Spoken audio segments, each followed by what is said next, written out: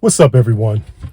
So I've tightened my fuel cap, I've replaced my fuel cap, and I still get that error message that says check your fuel cap.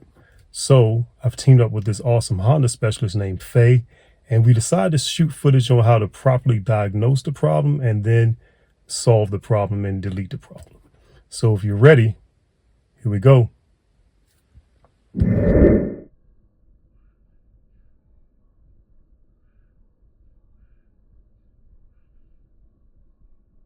Right. They'll be familiar with the message. Right. So you have a check fuel tank cap message, right? Right.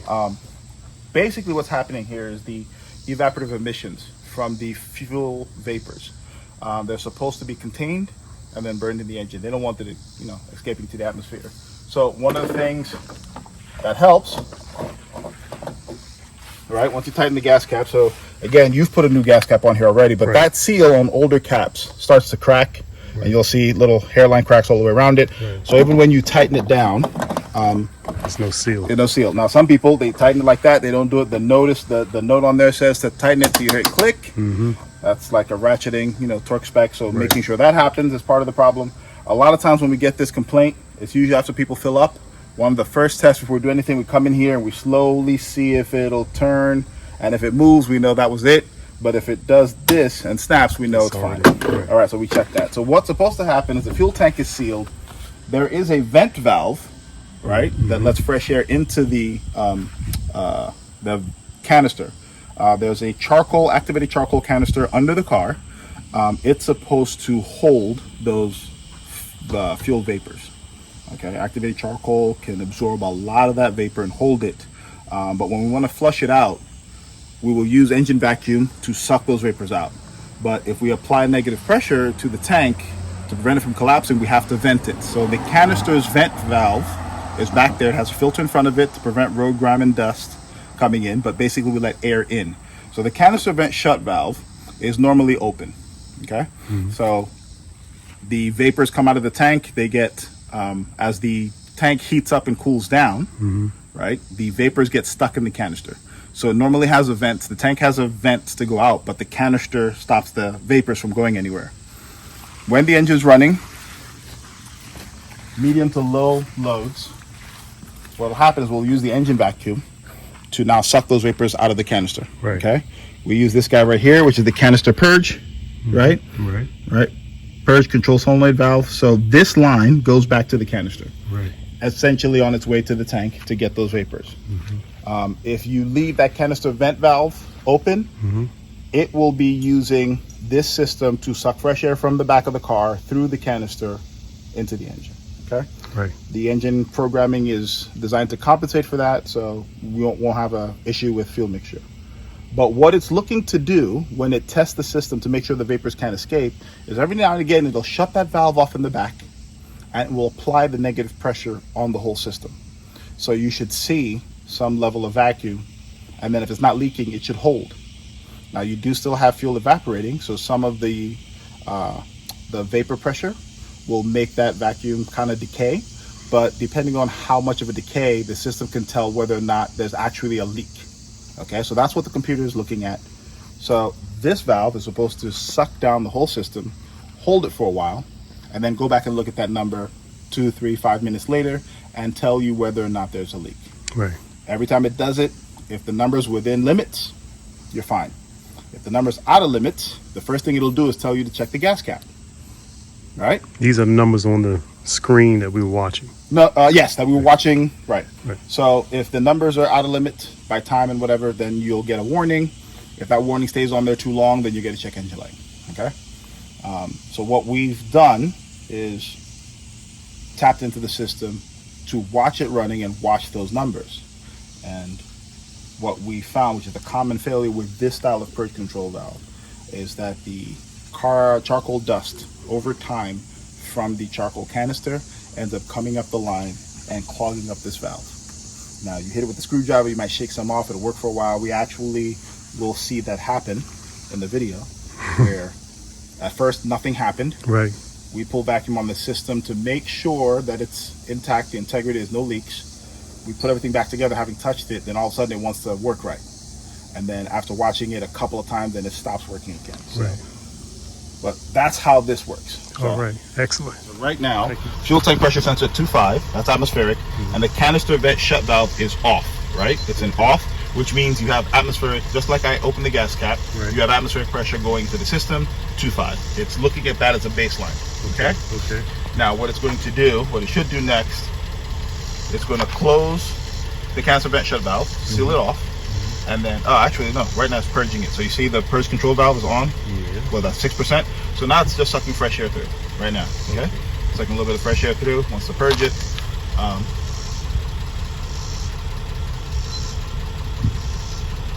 So because this is open in the back, we shouldn't see much of a pressure change, right? But we should have flow.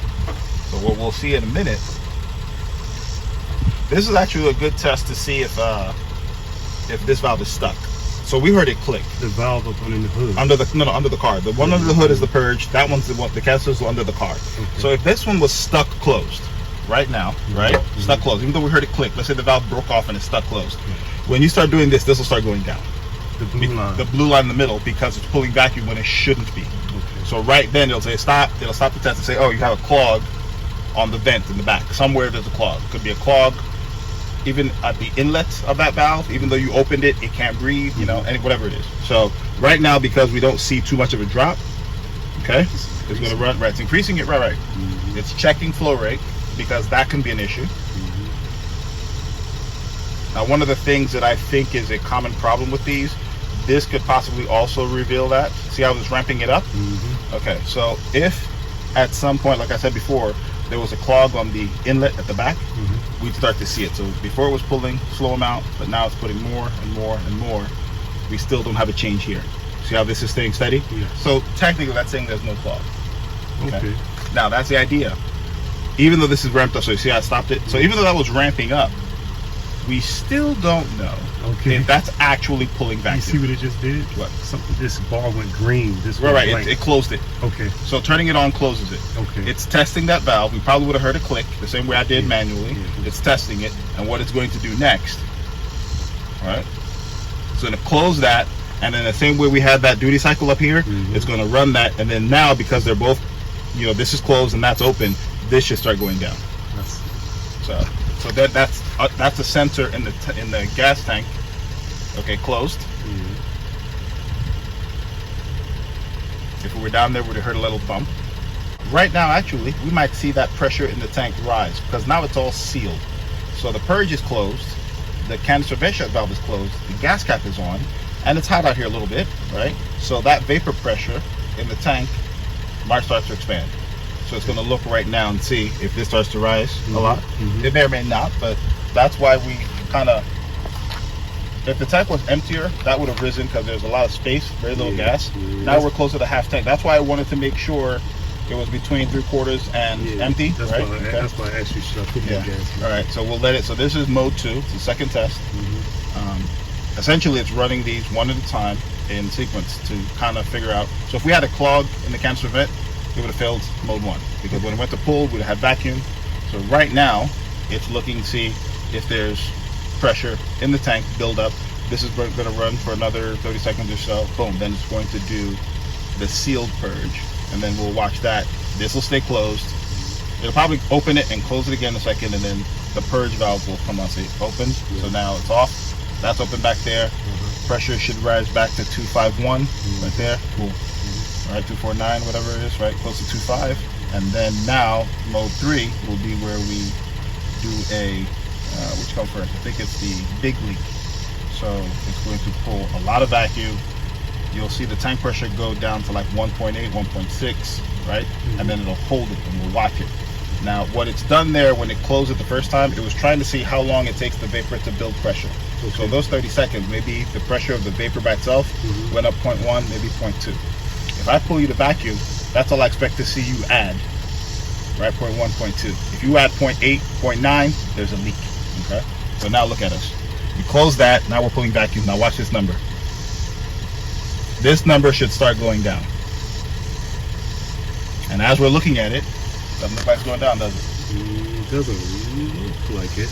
Right now we're putting 19%, right? 20% duty cycle. this should already be below 2. It should be going to 1.8. You're not, even though the computer is controlling that valve to pull vacuum, we're not getting vacuum. Now, another good test to confirm that would be, I'm gonna let this run out. I do believe I have a vacuum gauge somewhere in there. What we can do is run this again with the vacuum gauge on it. I'll put the vacuum gauge on the engine before the valve, and then when it runs to open that, after the valve, and you'll see that there's no vacuum after the valve, which means it can't pull vacuum on your tank. Okay. It's still at 241.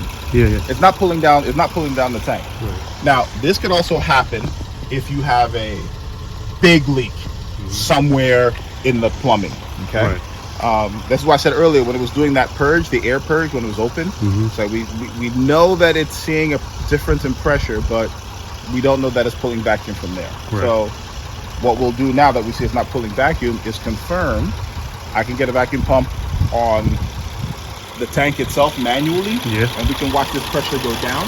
Okay. And then when it's running, we can look at the purge when it's open and see if it's open and allowing the engine to pull vacuum.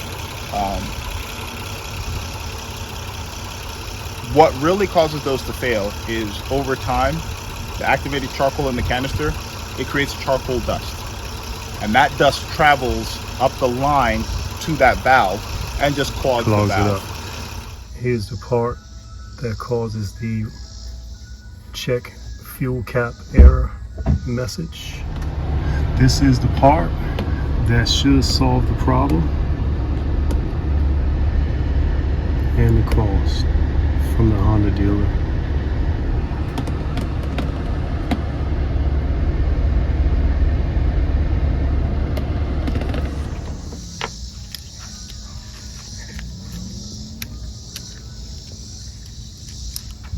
Okay.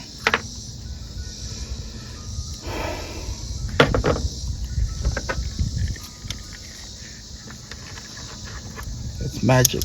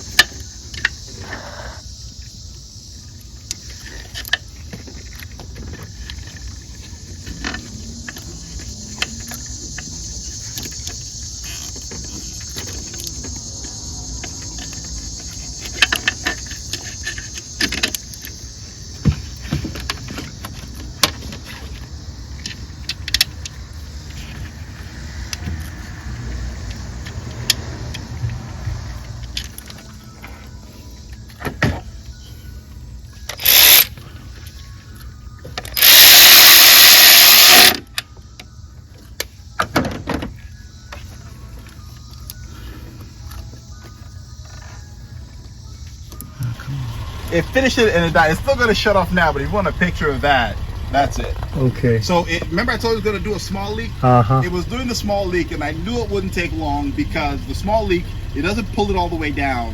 If you have a small leak, it pulls a little bit of vacuum and sees if it stays. Right. And it stayed because a small leak will go away real quick if there's a small vacuum. Right. But it didn't, and then that's that. So. Okay. So yeah, now, will a purge control valve fix all of these failures? No. Will it fix most of them? Right. Probably. But again, there's no telling what could possibly ever be wrong with an evap system, and guessing. So I don't know how much the gas cap costs. I don't know how much that valve costs, but well, the gas cap was $50 from the dealer. This part was $220 from the dealer. And that the $220 part fixed the problem. So at some point, had it been diagnosed properly the first time, you would have paid $170. No, right now you're at $270. You would have paid $220. Yeah.